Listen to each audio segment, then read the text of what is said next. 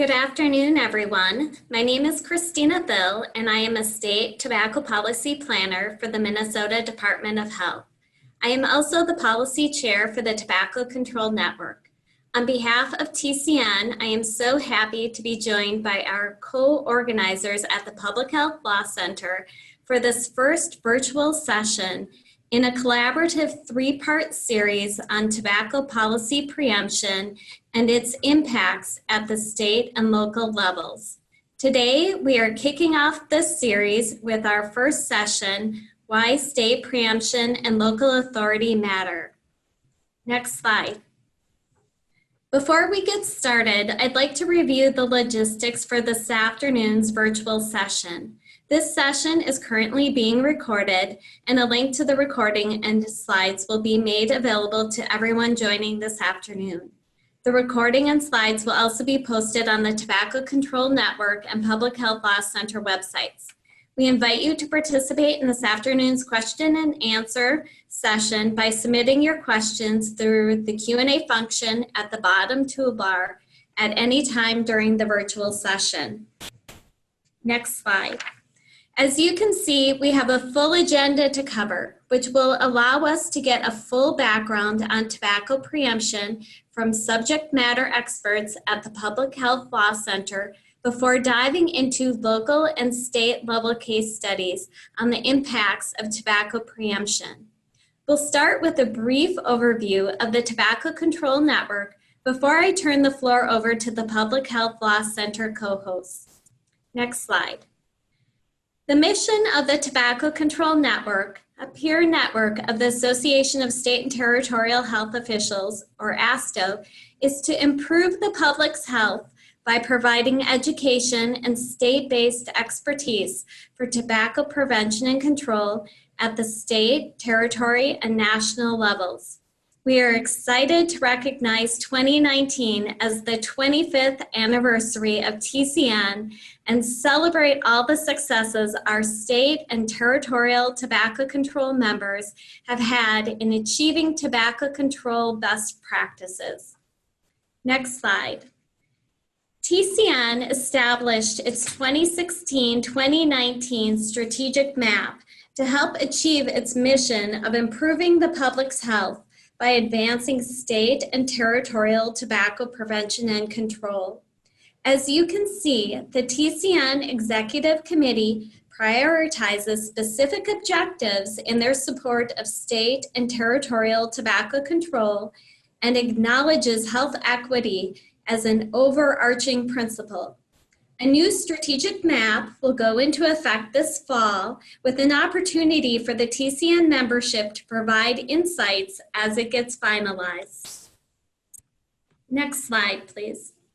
It's now time to hear from the speakers joining me today. First, I am happy to introduce Andrew Twina-Masiko.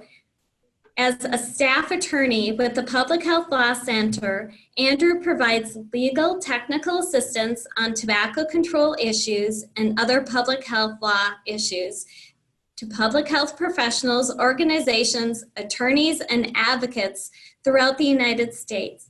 He also provides training on the development and implementation of tobacco control policies in state and local communities. We are so excited to feature preemption expertise from our Public Health Law Center co-hosts on all three parts of our virtual series. Andrew, the floor is yours. Thank you, Christina. As Christina said, my name is Andrew Twina-Masiko. I'm one of the staff attorneys here at the Public Health Law Center. The Public Health Law Center is a nonprofit organization that is situated in the Mitchell Hamlin School of Law, as that beautiful picture shows. It's really beautiful here in St. Paul. And our mission is to promote health through the power of law and policy. I'll tell you a little bit about who we are and the work that we do. Next slide, please. We provide the general term that we use for the service that we provide is called legal technical assistance, which encompasses a lot of things, including legal research on various public health policies, mainly tobacco control and health eating and active living. We undertake research on different topics to formulate best practices. And we work with different communities, different organizations and partners to develop policies, the implementation and defense. And we also have various publications on different topics in public health. They are available on our website, and at the end of this discussions, we'll share some of our resources that we've published on this very topic. And we also do trainings, both in person and virtual ones like this webinar series. Although we are a group, predominantly group of lawyers, we are not like a traditional legal boutique firm where we have clients or represent people directly. We do not do that. Additionally, we do not lobby. And so if you want to reach out to us, we provide educational information about topics within our expertise. Next slide, please. What really focus on in our work is that we approach the work we do with ideals to enhance health equity. We don't believe in one size fits all, as that picture really demonstrates. And we believe in working towards minimizing health disparities and ensuring in the policies that we work on to ensure delivery of equitable health outcomes for every individual, which is really highlights the importance of this topic today as we talk about it. And that will be highlighted throughout the discussion as we move along. Next slide, please. Before we delve into the topic of our discussion, which is preemption, I would really want to talk about power at the local level, why local control is essential public health, the various types of local authority, and how that informs decision-making and formulation. And after laying that background, I'll talk about the doctrine of preemption, its historic effect on local control and public health, and how it is playing out today. The focus of our discussion today is based mainly on state level. Although, of course, preemption plays out both on the national and the state level, we think that the main, we're going to limit our discussion to state level because that's where a lot of action is happening currently. So let's talk about local control and public health. There is a familiar narrative in public health that localities are avenues of experimentation and innovation. Of course, that is derived from Justice Brandeis's idea that states in the federal structure are laboratories of innovation.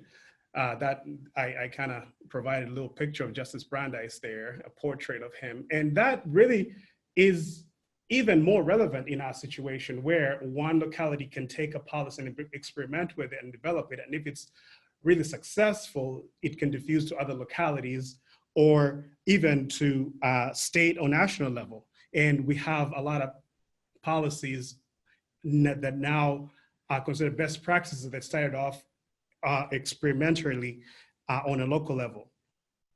And also, local control ideally is essential to achieving health equity. We live in a society that has diverse communities in terms of demographics, in terms of experience and needs. And it's hard to imagine a public health strategy adopted at a national or state level that can meaningfully and equitably address health outcomes throughout these communities in a level that will address their peculiar needs. Ideally, local control allows localities to set their own agendas and pursue public health priorities tailored to their needs.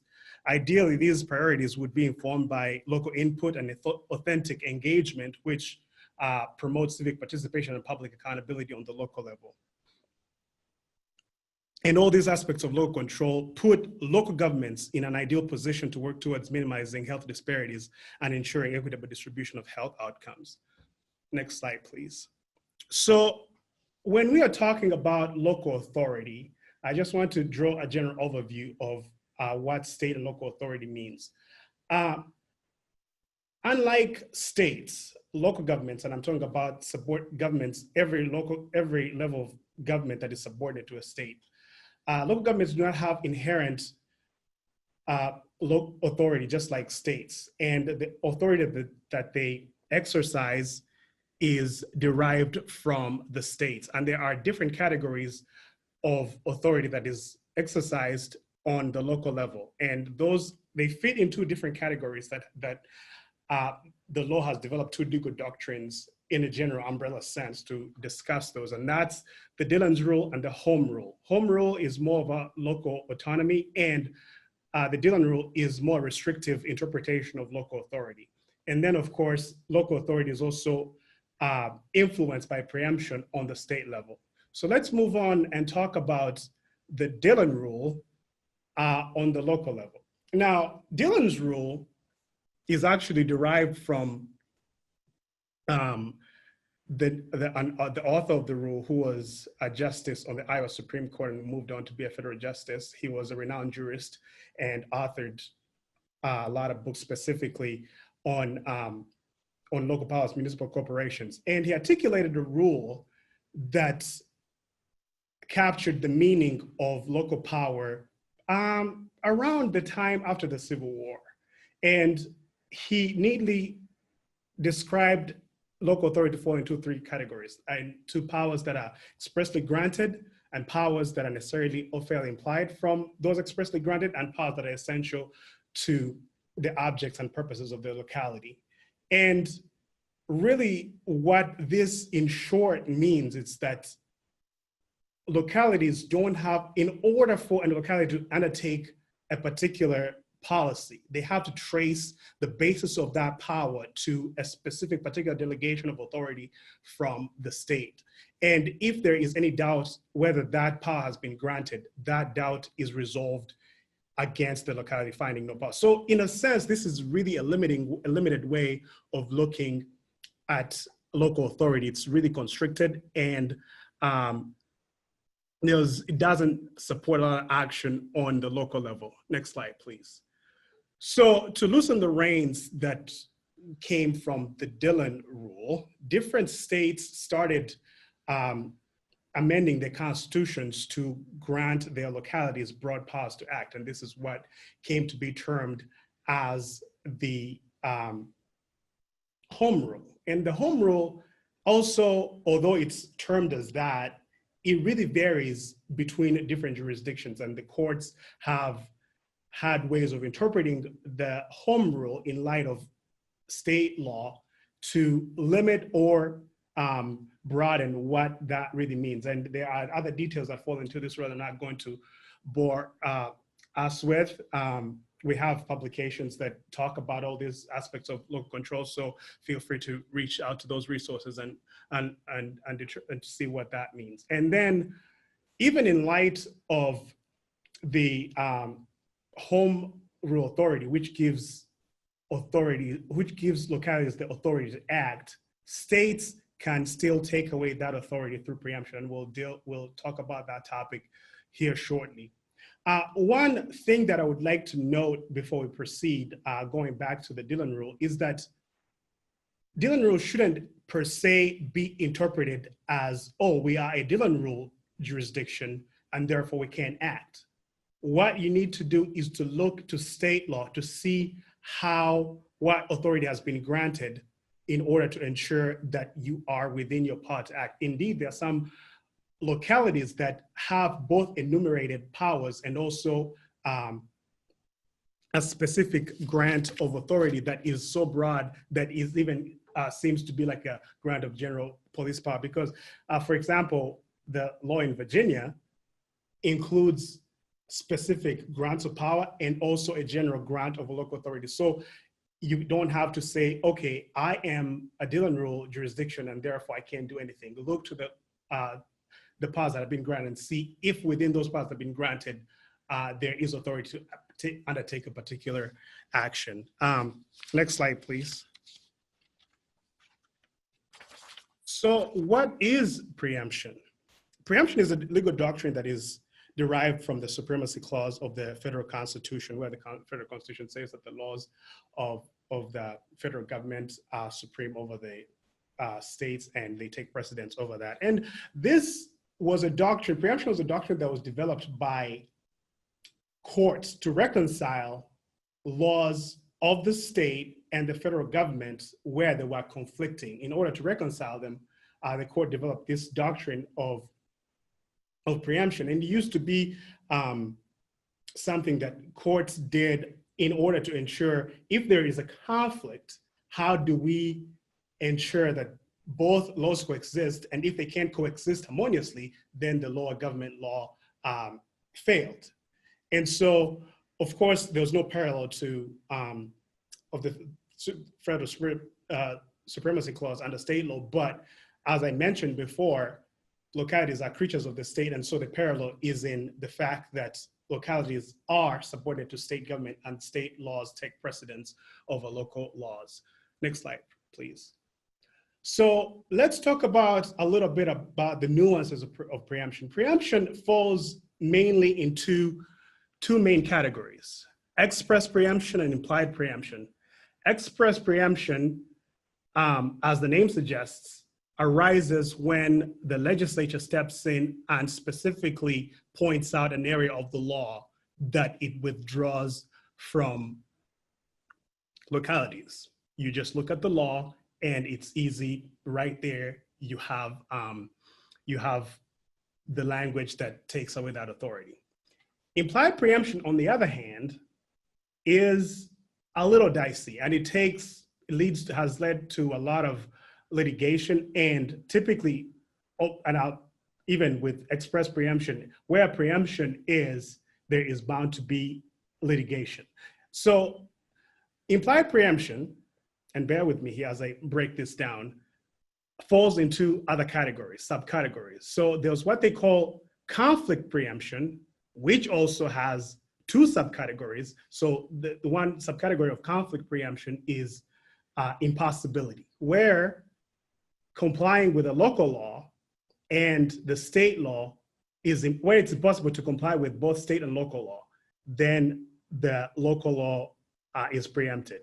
Or obstacle preemption, where a lower government law stands as an obstacle to achieving the objects of a higher government law. So that's what that aspect of conflict preemption is. And then there's another type of implied preemption called occupying the field. Occupying the field happens when a court determines that that the state has so addressed a particular subject in such detail as to not leave room for concurrent legislation by the local authority.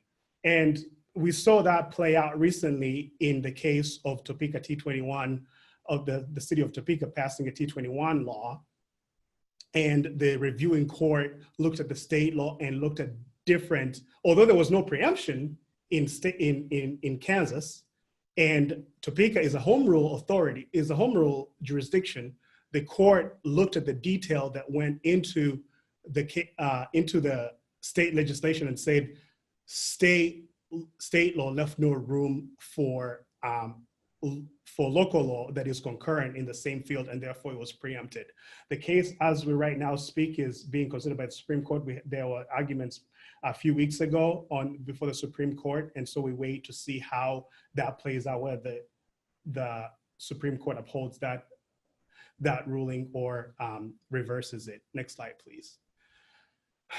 We know that preemption is an industry tactic that was formulated back in the 80s when smoke-free laws were gaining traction across the United States. And some of the these are some of the comments that were made by people aligned with the tobacco industry and what preemption means to them. One, saying that while we're not married to a particular form of preemption language, we're dead serious about achieving preemption in all 50 states. This is a strong mission to have as an industry. And then a former tobacco industry lobbyist said that tobacco companies' first priority has always been to preempt the field, preferably to put it all in the federal level. But if they can do that, at least on the state level, because health advocates can't compete with me on the state level. And you can see that this is a really strong mission that they have back in the 80s. And now today, next slide, please. The New York Times ran this article about Juul using preemption as a tool to thwart local efforts. The article mentions how Juul employs a lot of lobbyists, and while they tout themselves as an industry that is only aligned with ensuring adults switch to their products, they're also pushing legislation at the local level that weakens local control that is aimed at reducing youth initiation. Next slide, please. So how did this all start? Back when, like I mentioned, when the smoke-free laws were gaining traction, the tobacco industry used this lobbying tactic, and they moved to the state of Florida and approached it with this law that preempts localities from enacting smoke-free laws. And they succeeded in doing that.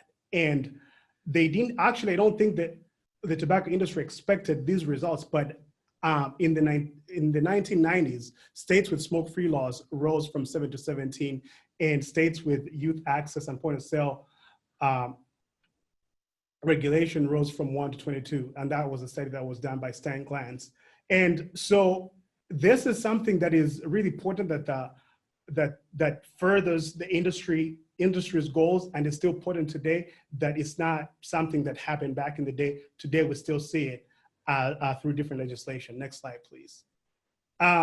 So recently, there was a law that was passed in Hawaii. Hawaii, as you know, Hawaii has been at the forefront of tobacco control. It's one of those jurisdictions that has progressively tried and to protect its communities from the tobacco epidemic. But there was a law that was introduced in a kidney dialysis bill, and it ended up being passed with no debate whatsoever, preempting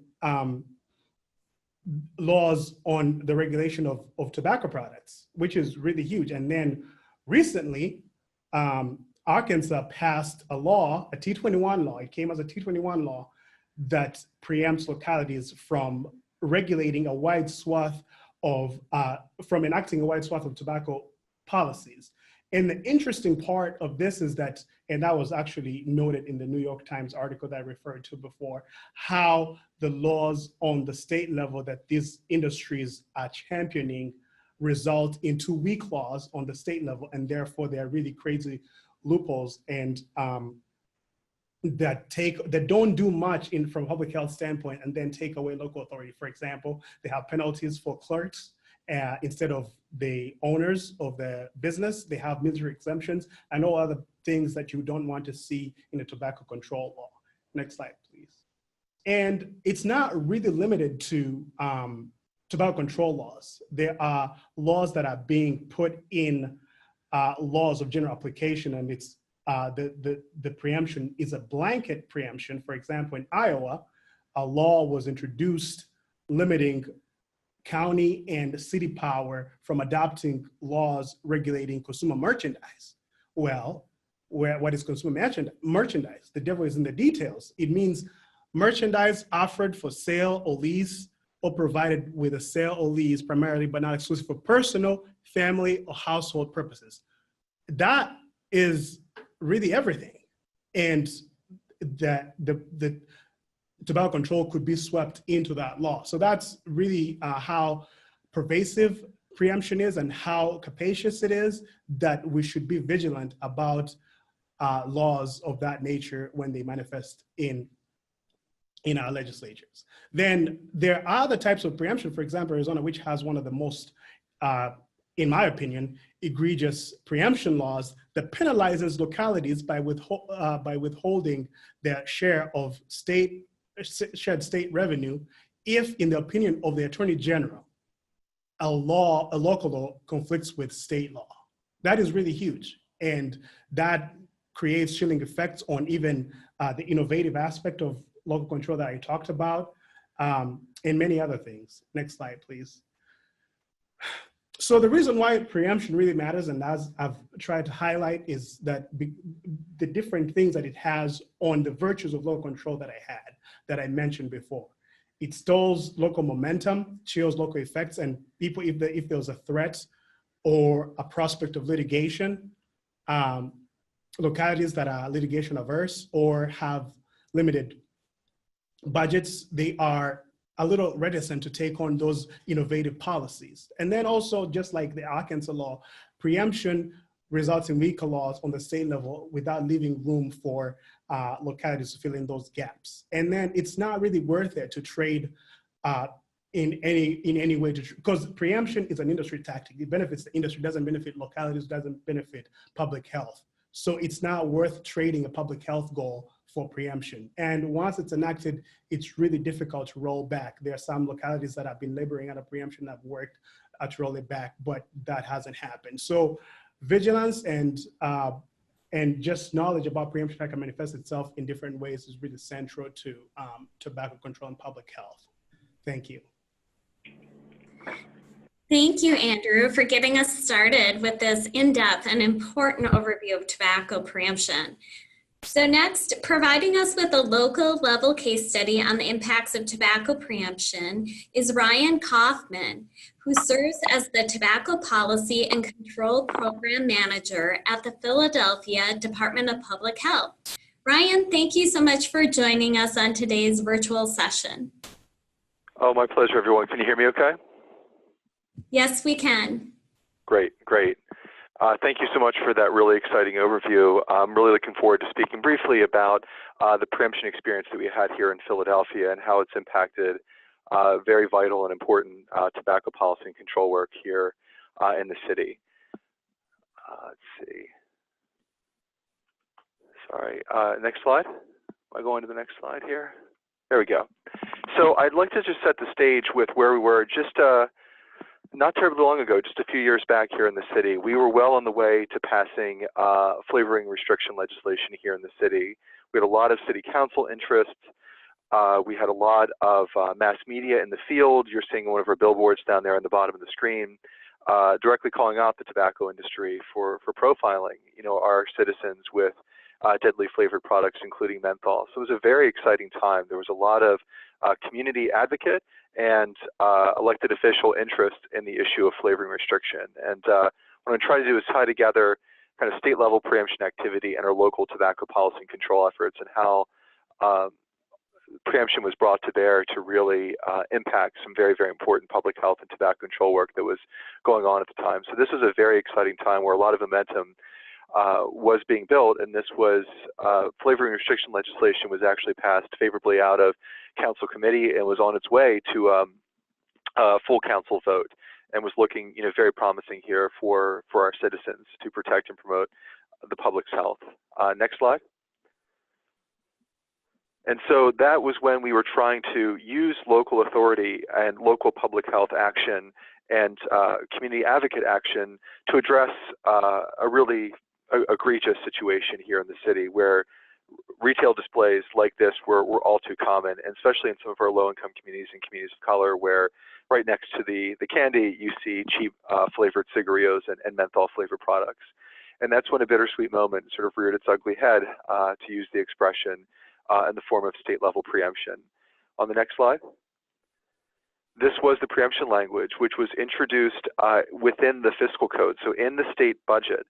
At the 11th hour, behind closed doors, we had no real idea this was taking place, and by the time it came to our attention, it was really, sadly, too late to respond to this preemption threat. And what I want to draw specific attention to, and this is all very vague, it looks like a bunch of gobbledygook here on the slide, I know, as you're looking close at it, and it was really meant to preempt to regulation around tobacco retail sales here in the city of Philadelphia. But what's incredibly important is if you look at number 2, where it says city of the first class. So we had a designation in this in the Commonwealth as a city of the first class here in Philadelphia. We had additional regulatory authority that was not available to other localities within the Commonwealth. And so we were the only city we are the only city of the first class in the Commonwealth. So what this preemption language really did was pull back our regulatory authority to the level, if you can think of it that way, where that was bestowed on other localities throughout the Commonwealth. But what's particularly important within this language is this was directly targeted to Philadelphia. Again, we are the only city of the first class in the Commonwealth of Pennsylvania. So to include language like this in the state budget, there's a strong case to be made that this was deliberately targeted towards towards Philadelphia. And this was included, as I mentioned, in the state budget. So the governor would have had to veto the entire state budget to excise this preemption language from the state budget, which, as you can imagine, was something that would have been very, very difficult to do. So this happened very much at the last moment, very much in a closed-door situation, and we really feel was directly targeting Philadelphia and particularly targeting our flavored tobacco work, which was well underway, as I mentioned, here in the city. Next slide. So this was inserted in the fiscal code, as I mentioned, and it really preempted our local autonomy to pass legislation and our local authority to pass legislation focused on tobacco retail sales in the city. So it's written very vaguely, so we're not entirely sure what it encompasses, and probably won't have a full appreciation for that until we challenge this preemptive language that was included in the state fiscal code. What's really important, and I'll wrap up with this because I think this is a nice example, though troubling example, of state preemption and local tobacco policy and control efforts. The legislation, anything that was passed before June 1st of 2018 was grandfathered in. So any of our tobacco policy and control work that was passed before that particular date was grandfathered and not subject to preemption. And that did include Philadelphia's tobacco retail regulations. And so I'll talk about those briefly on the next slide.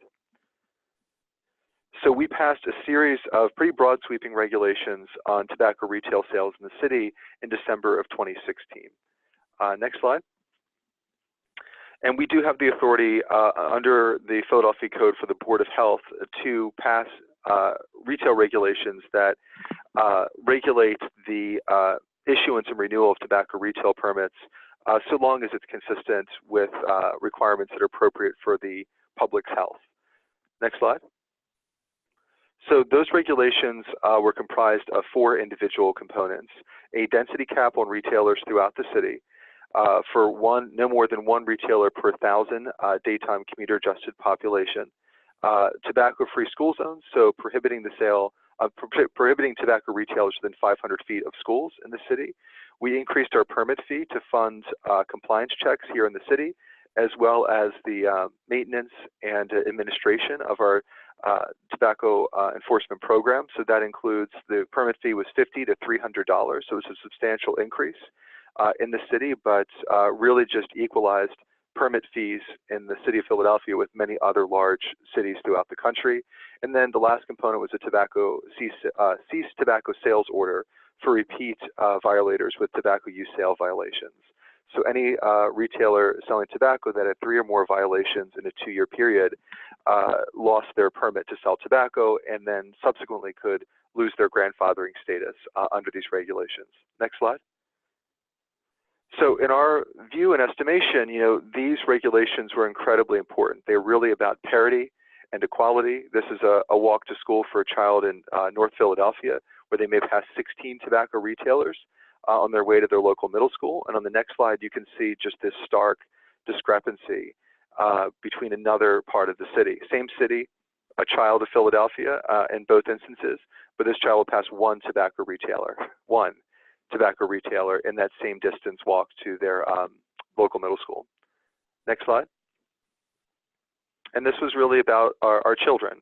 So these are photos that I took myself, of a child in Philadelphia being hit with tobacco industry advertising at eye level as he walks into a local retail establishment.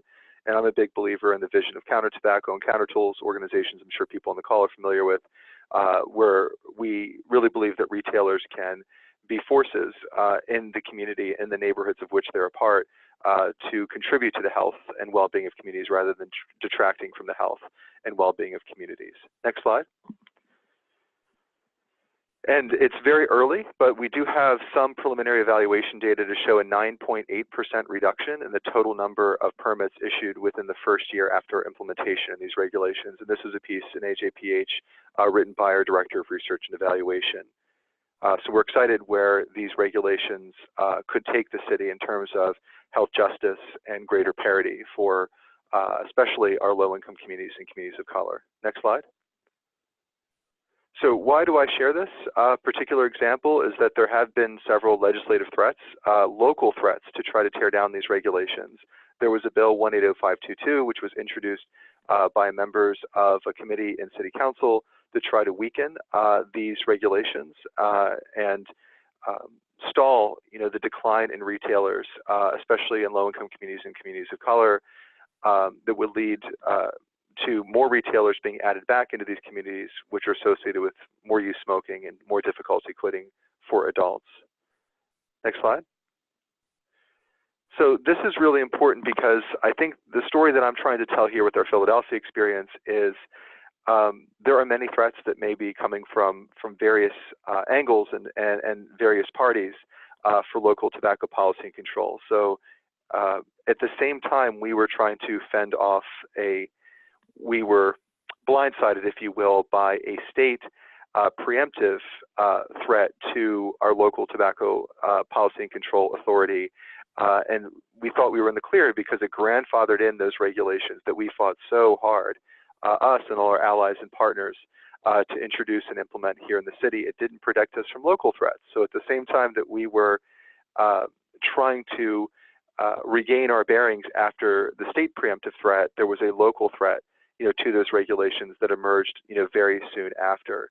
So where does that leave us in the city? At the moment, we are very, very, very much focused on preserving, evaluating, and publishing on the tobacco retail regulations that I mentioned to really ascertain their true public health impact, because those are protected, at least at the moment, from state preemption, but we defeated this bill 180522 after several hearings in City Council. It was voted down in committee and did not proceed. So at the moment, it's protected from local threats as well as state threats. But we don't know if that situation will change in the future, so we must remain vigilant both on the state level and on the local level. And we're at the moment really strategizing with our partners, both nationally, regionally, and locally, on how to pursue effective, evidence-based, hard-hitting tobacco control policy in a preemption environment. Again, we're still trying to really understand what that preemption language prohibits us from doing and what we're able to do.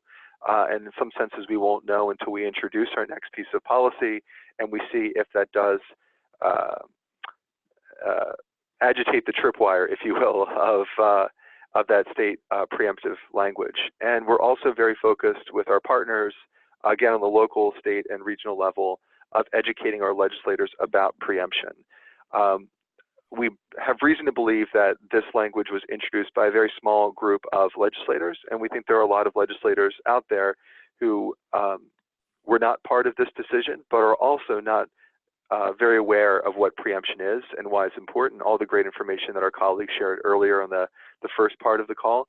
And there's a tremendous need, with, especially in Pennsylvania, a lot of new legislators coming in, that they understand how seemingly such a benign paragraph as what I just shared with you here can be so destructive to very important public health work in a city like Philadelphia.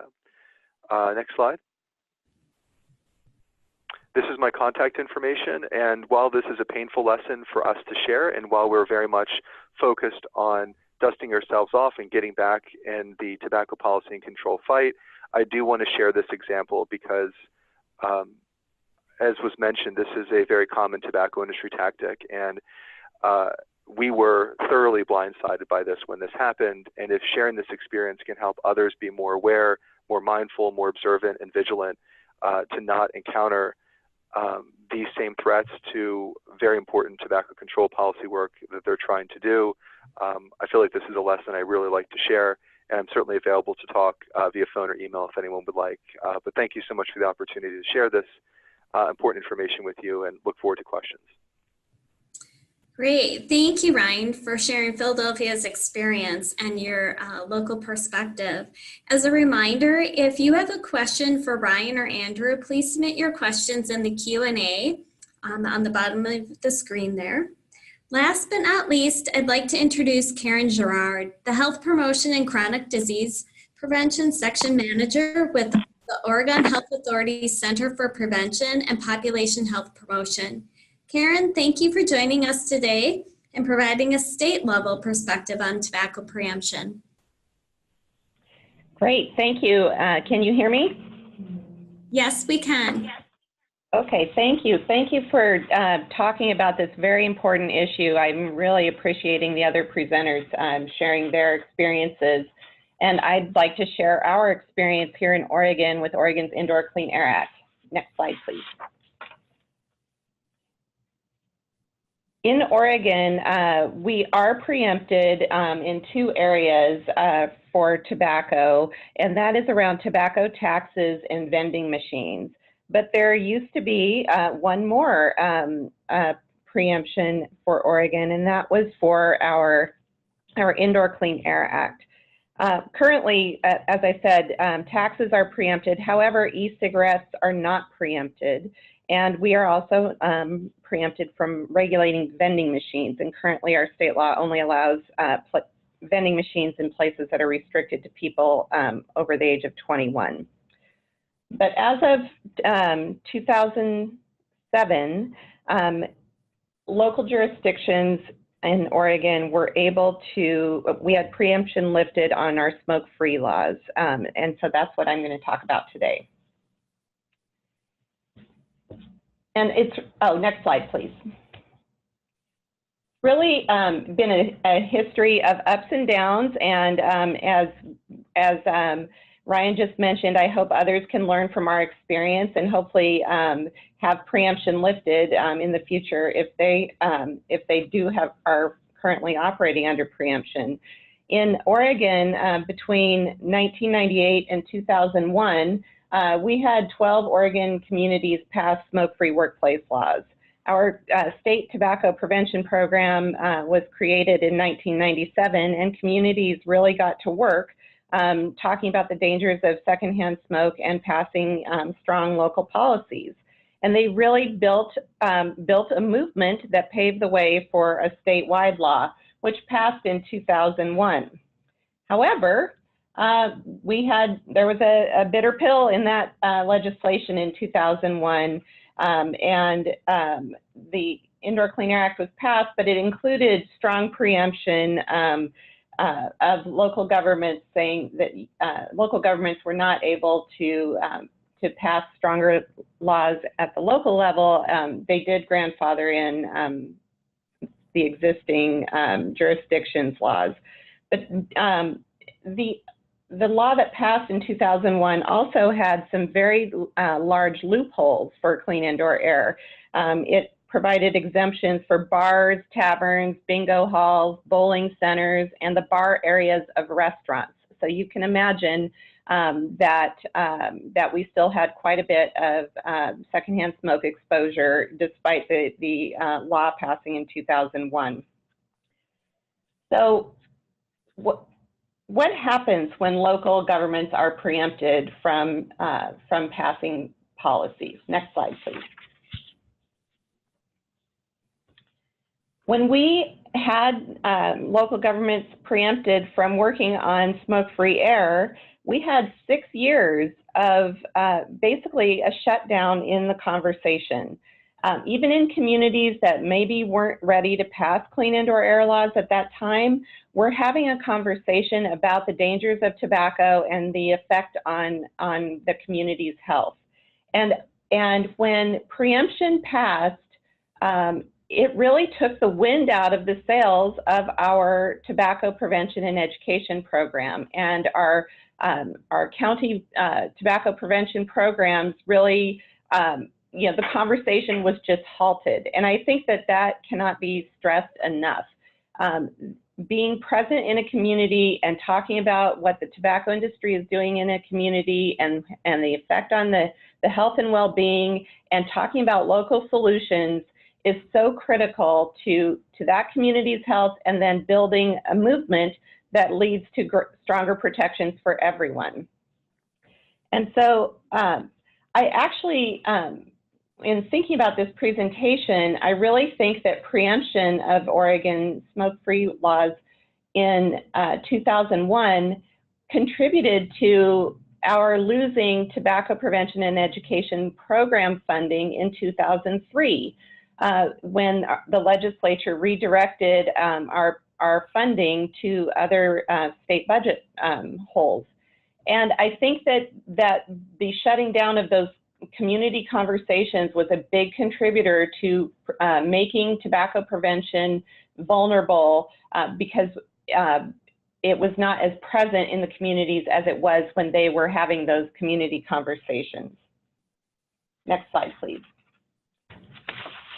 I also do want to mention that in 2009 in Oregon, menu labeling was passed in a county, and the Restaurant and Lodging Association were very prominent in the passage of preemption on our tobacco laws, and they in turn turned in 2009 passed a statewide menu labeling law that preempted all local jurisdictions from addressing menu labeling. And so again, just bringing the conversation to a screeching halt in all of those communities. And so it's important to be aware of the dangers of preemption early in any sort of public health conversation. I do have good news though. In 2007, Oregon's more comprehensive Indoor Clean Air Act was passed, and part of that legislation removed the preemption on local governments for passing stronger smoke-free air laws. The law was passed in 2007, but it didn't go into effect until 2009.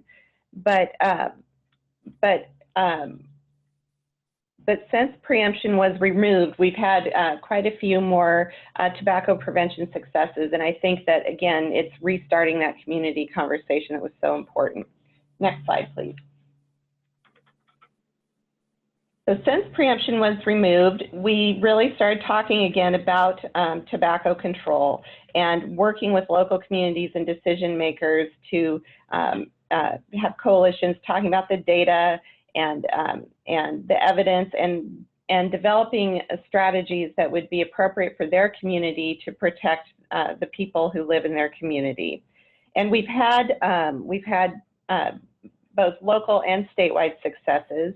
In 2015, Oregon's Indoor Clean Air Act was expanded again to include what we call inhalant delivery systems, but e-cigarettes, Juul, et cetera, and also to include cannabis.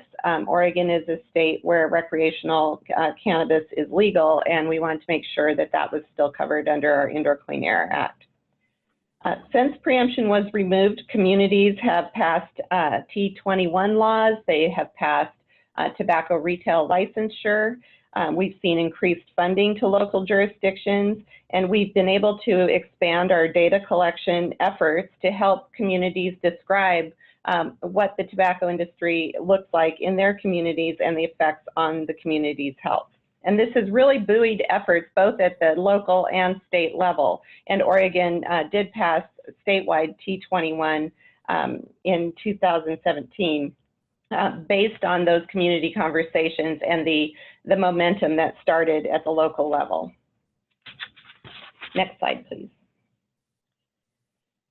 So since preemption was removed, smoke-free laws have expanded in a few cities in Oregon. I do think that that we could use that. We should use that ability more than we are, but some communities have expanded the Indoor Clean Air Act to expand the distance away from doors and windows where you can smoke, and also expanding reducing exemptions to the Indoor Clean Air Act for smoke shops and things like that.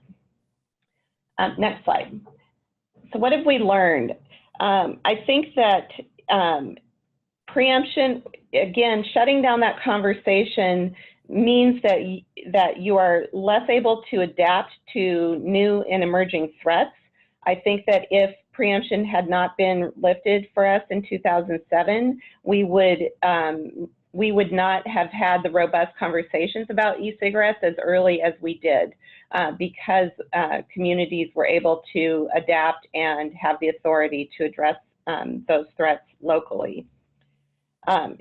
we really do stress that this is an authority that is important in every community, and that being aware of preemption as a major threat to that authority and to the threat of the health of that community is an important message that we try to share with all of our public health partners. We know that the tobacco industry does not go away. It might fade into the background here and there, but it is always omnipresent in our communities, and they are always looking for ways to expand their reach. And being vigilant about threats at the state level and at the county level is really important to make sure that communities have control over addressing health threats in their community. And with that, I'll stop so we can have time for questions. But again, thank you for talking about this very important issue, and we're always willing to also be available to answer any questions or talk through dealing with preemption at the local level because it is so important to public health. Thank you. Wonderful. Thank you so much, Karen, for your presentation on state level preemption. We have time for questions and answers, so we'll be referring to the questions that are submitted in the Q&A box this afternoon. To moderate our Q&A portion, I'll turn things over to Mark Meany, Lead Senior Staff Attorney for Tobacco Control Technical Assistance with the Public Health Law Center. Mark? Thank you very much, Christina, and thanks to Karen, Ryan, and Andrew for sharing their experiences and their expertise on this first of this, what we think is a really important series of webinars. So we appreciate that, and we appreciate everybody joining us today. We do have a few questions that have been submitted through our the Q&A feature in Zoom, so I want to jump right to them because we don't have a ton of time.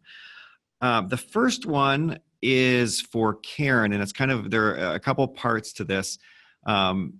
So I guess the question is in getting preemption removed in Oregon, there's a question on what external partners were helpful in achieving that goal, what the role of the health department was, and then also were there certain kind of talking points that resonated with legislators or with other folks that were important. So I think there's just kind of the whole background on what was the team, what it looked like in helping you to achieve the important goal of getting rid of preemption. Sure. The American Cancer Society was integral to having preemption removed in Oregon in 2007. They really led the charge and fended off the attacks on that, and really deserve the credit for having that piece removed. I would say that since then, the health department, my department, we've become much more aware of the threats of preemption, and we've included discussions about preemption in all of our trainings with our grantees, but also working with our leadership so that they understand that preemption, it might seem innocuous, it might sound reasonable, not to have a patchwork of regulations and all those talking points the industry uses, but we really incorporate addressing preemption in orientation for all staff, leadership, and grantees.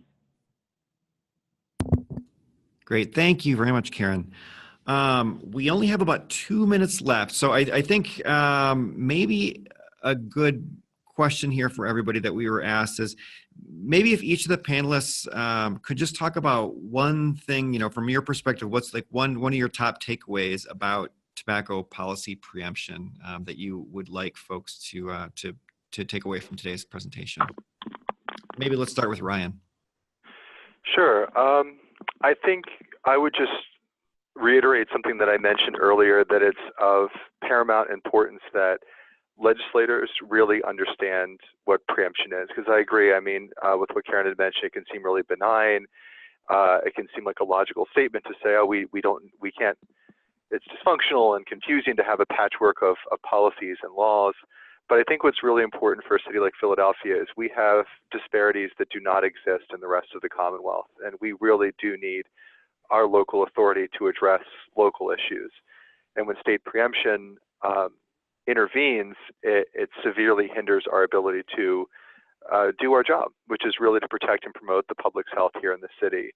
So a key takeaway I have, because I think it happened so quickly in Philadelphia, is it's absolutely crucial that incoming legislators and even current legislators really understand that preemption has a really dark side to it and can be, immensely destructive to very important work. I completely agree. Preemption is terrible for health equity, and I think that is a really important message. The other takeaway I would say is it's better to have no bill than to have a bill with preemption in it, because as you saw, we were shut down for 6 years, and a lot of infrastructure and momentum was halted during those 6 years. And holding firm and keeping that authority is really important, even though it can feel like oh, it won't matter that much, but it really we don't even know how preemption is going to affect us yet, because the industry is always evolving and new products are emerging and new conditions arise. Thank you for those comments. Those are really important comments. And one of the things that I would like to highlight is when I was talking about preemption and how preemption is always followed by litigation, the tobacco industry will always try to wring litigation even out of a rock. And so in terms of legislation, if there's a legislation that touches on local authority or touches on tobacco control, it would probably be nice to proactively include a disclaimer of preemption. Saving clauses have been really helpful in answering questions whether the legislature intended to take away that authority. So if the legislature comes through and explicitly says that this legislation doesn't affect local authority and disavows any intention to preempt, that will go a long way to dispel any threat or prospect of preemption that shows local efforts on the ground. Wonderful. I think those are all really important takeaways. Thank you so much to our speakers today and to Christina. And I hope, and thanks to all of you for joining us today. I hope you can all join us for the next 2 sessions of this series. And I'm going to turn this back over to Christina, who has some concluding remarks. Thanks so much, Mark. So as we conclude our session today, I'd like to highlight some of the tobacco resources that are available both on the Public Health Law Center and Tobacco Control Network websites. So the Public Health Law Center website, publichealthlawcenter.org, contains a number of resources dedicated specifically to tobacco policy preemption. These include a comprehensive tobacco preemption doctrine overview, a fact sheet on preemption and point-of-sale policy, and other overviews and one-page briefs on tobacco preemption. The same expertise that the Public Health Law Center provided on today's virtual session is available on their host of online materials.